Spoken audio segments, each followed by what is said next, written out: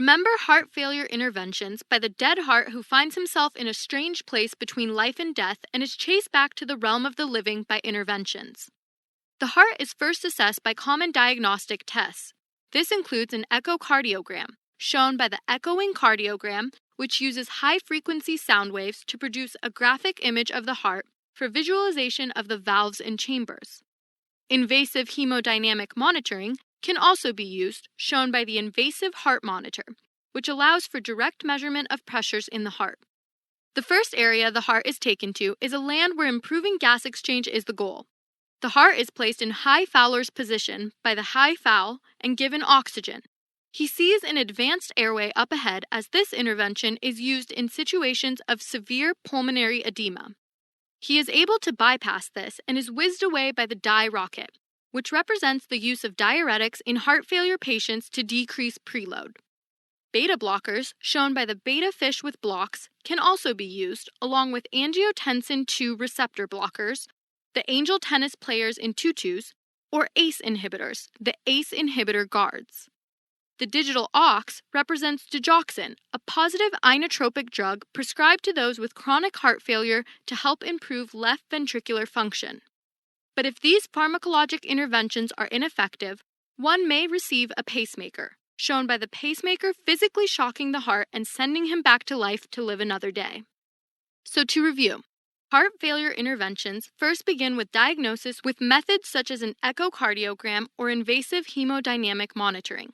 To improve gas exchange, place the patient in the high Fowler's position, provide them with oxygen, and consider an advanced airway if necessary. Drugs and devices include diuretics, beta blockers, ARBs, ACE inhibitors, digoxin, or implanting a pacemaker or other device.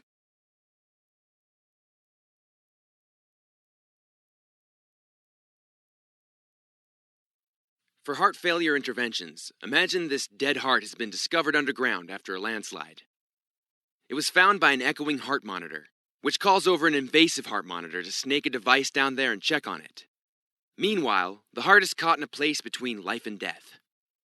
It sees itself being flown high into the sky by a high fowl. So high, the heart needs oxygen in order to breathe. The heart wonders if it's being flown to heaven, until it sees something ahead that makes it do a double take. There's an advanced airway, and everything is being sucked into it by these hurricane-force winds. The heart is pulled inside and transported to a strange and distant wonderland. And when it emerges on the other side, it finds itself screaming towards the ground atop a dye rocket. And when it crash lands, it's sorry to discover this isn't a friendly place.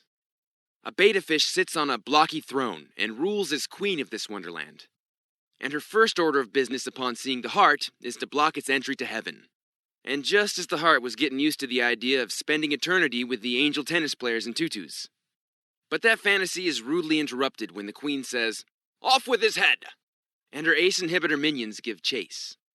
They release a digital aux with a lone rider. It's an evil pacemaker, and it whips the heart with its electrodes. This is when the heart flees from the wonderland, renewed by a desire to live, and its eye springs open in the realm of the living.